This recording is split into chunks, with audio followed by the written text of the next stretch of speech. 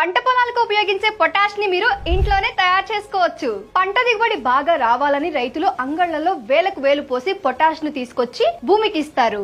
దాంట్లో ఉండే కెమికల్ వల్ల మట్టిలో ఉండే సత్తువ పోతుంది. అంతేకాదు పంటకు ఉపయోగకరమైన ఎన్నో రకాల సూక్ష్మజీవులు చనిపోతాయి. సో మరి దీనికి ఏం చేయాలి అంటే మన చుట్టుపక్కల బిల్వ పత్ర చెట్లు ఉండనే ఉంటాయి. అదేనండి మారేడు చెట్లు. శివుడికి ఇష్టమైన ఆకులు అంటారు కదా అవి. సో 10 కేజీల మారేడు కాయలను తీసుకొచ్చి అందులో ఉన్న గుజ్జును తీసి దానికి 3 నుంచి 4 కేజీల బెల్లాన్ని యాడ్ చేయాలి. 10 కేజీల మారేడు కాయలకు 10 లీటర్ల నీటిని యాడ్ చేసి ఒక డ్రమ్ లో పోసి మూత పెట్టి 40 రోజుల పాటు అలాగే వదిలేయాలి. అంటే బాగా ఫర్మెంట్ అయ్యే వరకు ఉంచాలి. ఈ 40 రోజుల్లో ఆ నీళ్లు ఫర్మెంట్ అవుతాయి, అంటే బాగా కుళ్ళిపోతాయి. 40 రోజుల తర్వాత ఆ నీటిని మీ మొక్కలకు స్ప్రే చేయవచ్చు. దీన్ని మీరు తరచుగా ఉపయోగించడం వలన మార్పును తప్పకుండా గుర్తించవచ్చు.